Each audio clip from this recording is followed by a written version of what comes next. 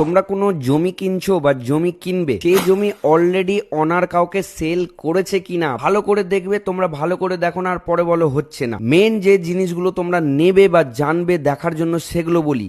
মৌজা, দাগ নাম্বার আর সাল দরকার নেই, আমি পুরোটা 85 পর থেকে সার্চিং সিস্টেমটা দেখিয়ে দিই। অ্যাজ ইউজুয়াল সোজা চলে যাবে wb.registration.gov.in ওয়েবসাইটে। এই জায়গাটায় তোমাদের এতগুলো উইন্ডো থাকবে, সোজা চলে যাবে এই আতস কাচের অফ, তারপর চলে আসবে এত কিছু নাম দামের দরকার নাই, সার্চ বাই ট্রানজাকশন প্রপার্টি ডিটেলসে যাবে। এই ডিটেলটা ভালো করে দেখবে, যার যেটা ডিস্ট্রিক্ট, যার যেটা থানা জমির সেই হিসাবে দিবে। তারপর কি করবে আমি দেখাচ্ছি। এই সালের জায়গাটা কিন্তু একটা ট্রিক রয়েছে, এখানে তোমরা কিছুই দেবে না, তাহলে সম্পূর্ণ সাল যতদূর অ্যাভেলেবেল আছে ওই অফিসে সবকিছু চলে আসবে, এখানে কিচ্ছু দিবে না। এবার তোমরা এটা ডিস্ট্রিক্টের অল অফিস দিয়ে রাখবে আর মৌজাতে ক্লিক করবে।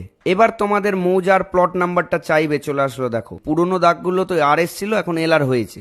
এবার এখানে যে প্লট নাম্বারটা নিতে বলেছি সেটা দিবে। দেখো দেওয়ার পর সমস্ত ডিটেল বেরিয়ে গেল, যতগুলো রেজিস্ট্রি হয়েছে 2016 থেকে দেখাচ্ছে, তার মানে 2016 থেকে এই দাগ থেকে রেজিস্ট্রি হয়েছে, কোন অফিসে হয়েছে এই সাইডে থাকবে আর সমস্ত ডিটেল। আর তোমাদের যদি দাতা গ্রহীতা জানতে হয় তাহলে ভিউয়ে ক্লিক করলে কিন্তু দাতা গ্রহীতা কে ছিল সমস্ত কিছু দেখিয়ে দিবে।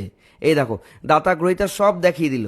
ভিডিওটা যদি ভালো লেগে থাকে তাহলে সবার মধ্যে শেয়ার করে দাও আর ভালো করে দেখে নিবে, খুব সহজ প্রসেস, প্রতারণার হাত থেকে বাঁচবে তোমরা।